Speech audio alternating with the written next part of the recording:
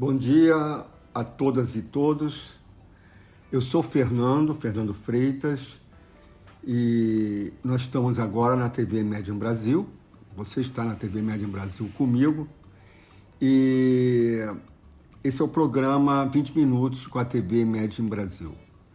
A ideia é, semanalmente, eu apresentar, no máximo em 20 minutos, as principais postagens, as principais matérias colocadas no site nosso do Medium Brasil. É importante, né, ler as matérias na íntegra, né, porque nessas matérias, além de elas estarem com um desenvolvimento maior, com uma explicação mais apurada, mais aprofundada, também você encontrará, muitas vezes, né, as referências bibliográficas, o artigo que está sendo comentado no seu original. Então é fundamental ler, poder ler. Mas com a TV Medium Brasil e esse programa 20 minutos, é mais fácil você estando no seu carro, você estando a correr, fazendo ginástica, ou a preparar alguma comida na cozinha. Enfim, é mais fácil você ter uma ideia, um resumo das principais notícias. É importante, então, por favor, dar um ok, dar um like, compartilhar o máximo possível, porque nós dependemos, né, do número de pessoas que acessam, né, o nosso site, para que ele possa ser mantido. Então é muito importante que você dê, né, o seu like, que você compartilhe e que você faça comentários, né, a respeito do que você achou, crítica, sugestões, etc. O nosso site, né, é www.medimbrasil.org, www.medimbrasil, juntos, com S.org. Então, a primeira notícia que eu gostaria de comentar da semana é que que eu estou fazendo, né, uma série de blogs a respeito da reforma psiquiátrica, onde eu faço uma análise do processo de reforma psiquiátrica aqui no Brasil, proponho algumas reflexões, e a ideia é abrir o debate, né? Sair do senso comum, daquilo que a gente supostamente já sabe, e pensar. Então, dessa semana, né, sexta-feira, hoje, o blog trata da reforma psiquiátrica e o diagnóstico psiquiátrico, né? No primeiro blog, há 2 semanas atrás, eu abordei a questão do movimento dos usuários, questionando a inexistência no país de algum movimento organizado, seja de ex-usuários, seja de sobreviventes da psiquiatria. Isso demarca uma diferença muito grande da nossa experiência com experiências internacionais.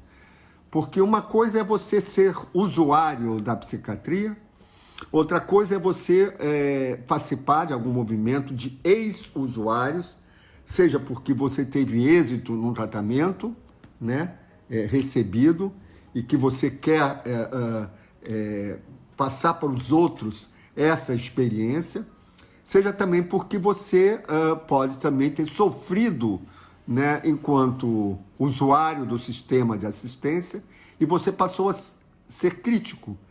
Quando você sai do sistema, né, você se liberta dele de alguma forma, ou você se sente libertando-se da condição de paciente psiquiátrico e passa a fazer parte de algum movimento organizado de ex-usuários.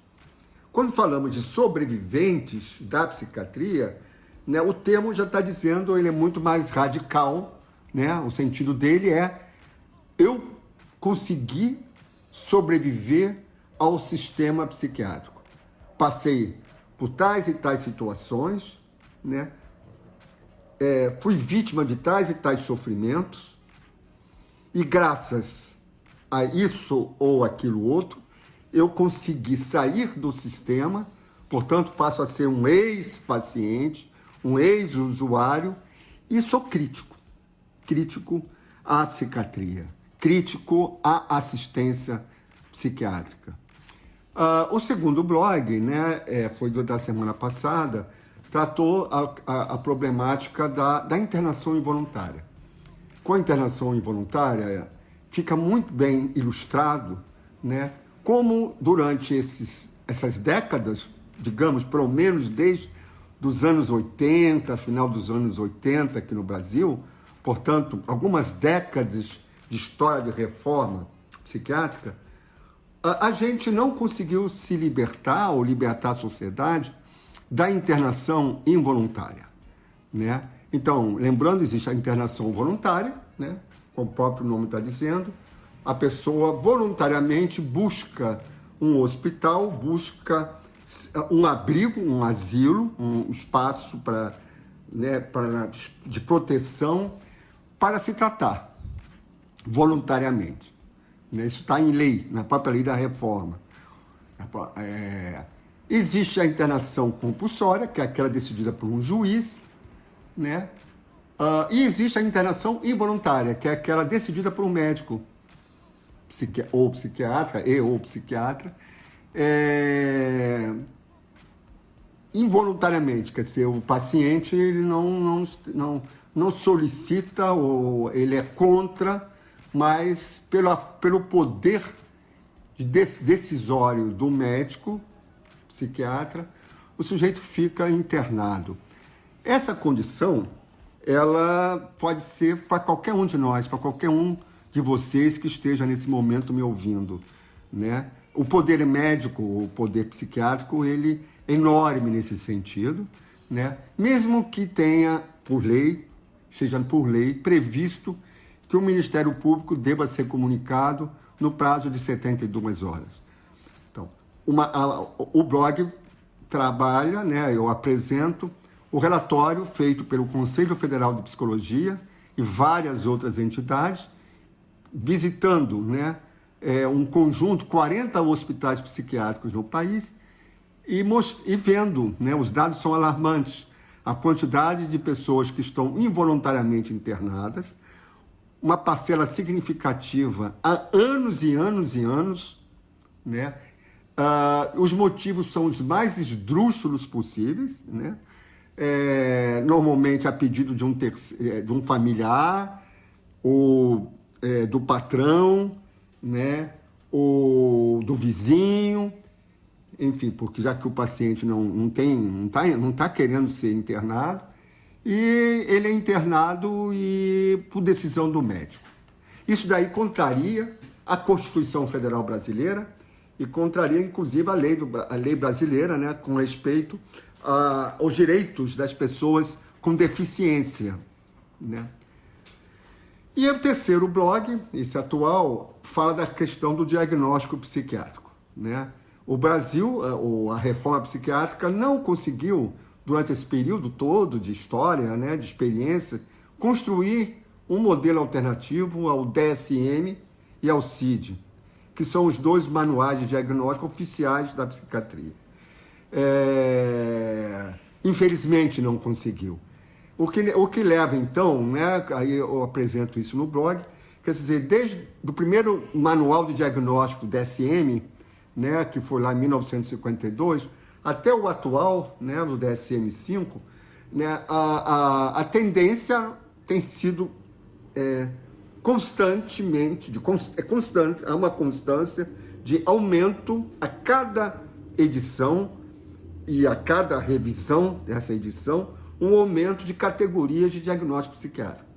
de forma tal que praticamente nada, cada vez mais, nada escapa, né, a ser possivelmente considerado como um transtorno psiquiátrico, né? O que é um absurdo, né? É imaginar, né, a atualização do alienista, né, do conto do Machado de Assis, né?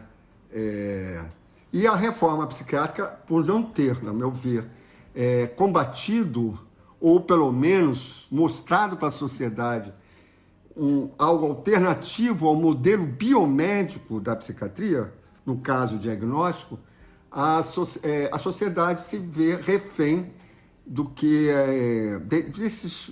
dos diagnósticos psiquiátricos. Eu apresento o resultado de uma pesquisa, por causa do tamanho do blog, né, para não estender, por causa do espaço físico, então para não me estender muito, uma pesquisa feita, né, recentemente, em São Paulo, né, publicada pela revista, a famosa revista PLOS, online, né, foi em 2012, na verdade, que ela foi publicada, sobre a situação de saúde mental na região metropolitana de São Paulo. Né? Segundo os dados, né, de cada 10 paulistanos, 3 apresentaram algum transtorno mental, psiquiátrico, no último ano. De cada 10, 3. Por quê? Quer dizer, claro, a pesquisa ela é feita segundo os critérios de diagnóstico existentes. Isso foi feito em 2000,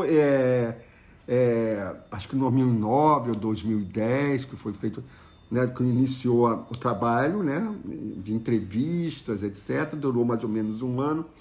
Isso significa que antes do DSM-5, né, se fosse feito já com os critérios do DSM-5, certamente maior o número de pessoas com transtornos psiquiátricos em São Paulo, porque o DSM-5 ampliou o leque de transtornos psiquiátricos.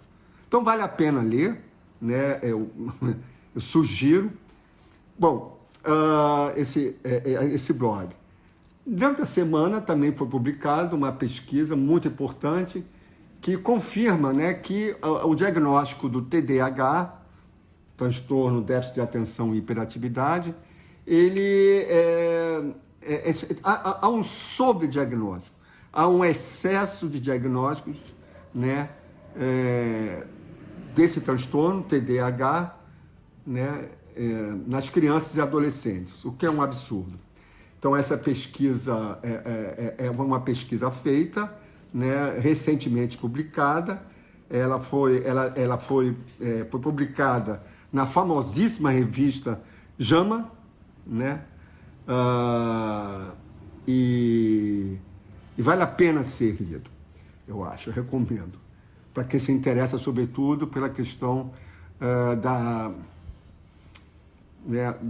do que vem se passando com as nossas crianças e adolescentes, né? Sobretudo com esse diagnóstico do TDAH. Né? Outro texto, outra postagem da semana é uma coisa também, algo muito importante para nós, me parece, que é a questão da interrupção de antipsicóticos. O senso comum é que as pessoas que estão tomando antipsicótico não devem interromper, porque a doença, seja uma psicose, a esquizofrenia, né? Enfim, transtornos que levam o paciente a receber um antipsicótico, porque nem sempre recebe um antipsicótico tendo um diagnóstico de psicose, né?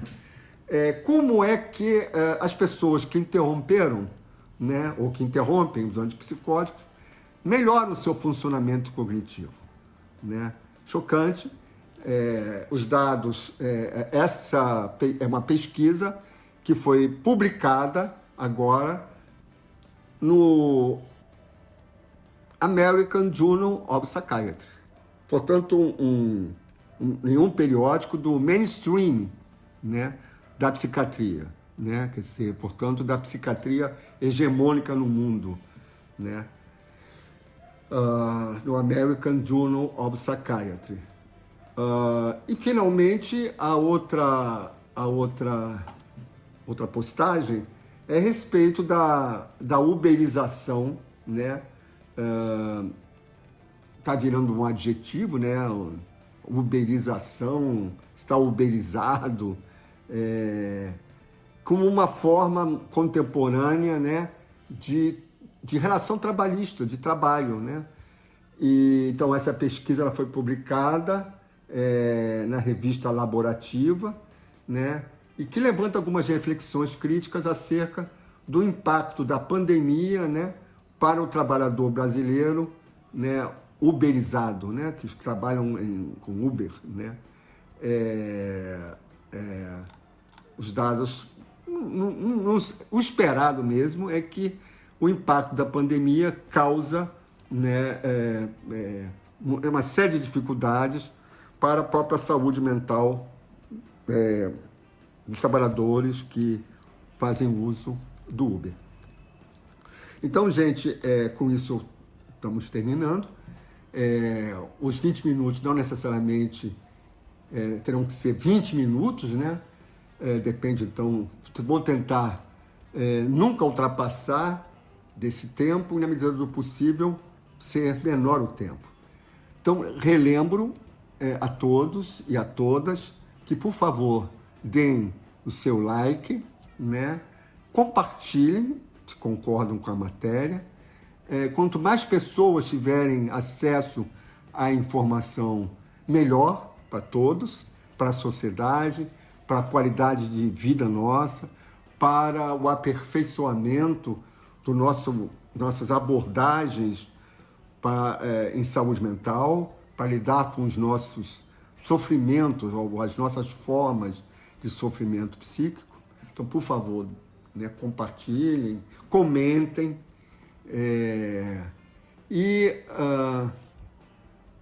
O nosso site é www.medioembrasil.org. Agradeço a audiência